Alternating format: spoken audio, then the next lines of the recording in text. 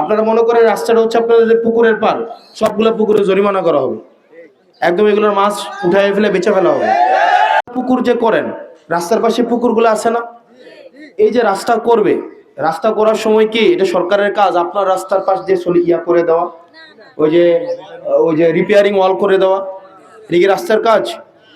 শুনেন, আপনি আমাদের ভোট দিবেন, আগামী 5 বছর পর আল্লাহ বাঁচায় রাখবে কি রাখবে না আমি জানি না। আমার অনেকে এখন বলে তুমি যদি এমনি এখন করো আগামী 5 বছর পরে তো জিততে পারবে না। আমার আগামী 5 বছর পরে কালকার মাগরিবের ওয়াক্তের ফয়সালাও তো আমি জানি না, তো আমি 5 বছর পরে দেখে আমার দরকার নাই। তো আপনারাও তো সমস্যা প্রবণ মানুষ। আমি যদি এই রাস্তা দিয়ে যাই, যতগুলো পুকুর আছে পুকুরগুলো একদম রাস্তা ঘেঁষে না, যাদের পুকুর আছে আপনারা মনে করেন রাস্তাটা হচ্ছে আপনাদের পুকুরের পার, এটা আপনারা মনে করেন কিনা?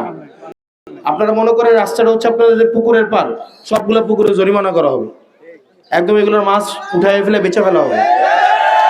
আপনারা যারা মনে করেন রাস্তাটা হচ্ছে,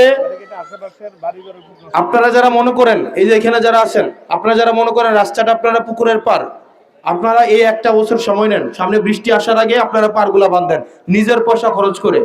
কারণ রাস্তাটা পুকুরের পার না, রাস্তা থেকে আপনার পার থাকবে, রাস্তার পরে পার থাকবে, পারের পরে পুকুর থাকবে।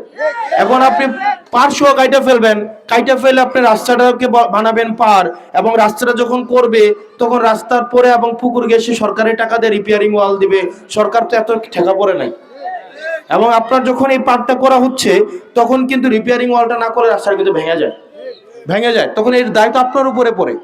তো সুতরাং আগামী বর্ষার আগে আপনাদের যারা পুকুর ঘাট আছে একদম রাস্তার পাশে, আপনার এগুলা রিপেয়ারিং ওয়াল এবং পার আপনারা নিজের পয়সায় দিবেন। আর যদি কোনো রাস্তা ভাঙে আপনাদের পুকুরের মাছ বিক্রি করে লিজ দিয়ে ওই রাস্তা করা হবে, আপনাদের পুকুরের মাছ সত্যি বিক্রি করে ফেলা হবে, কারণ আপনি সরকারের টাকার ক্ষতি করতেছেন না।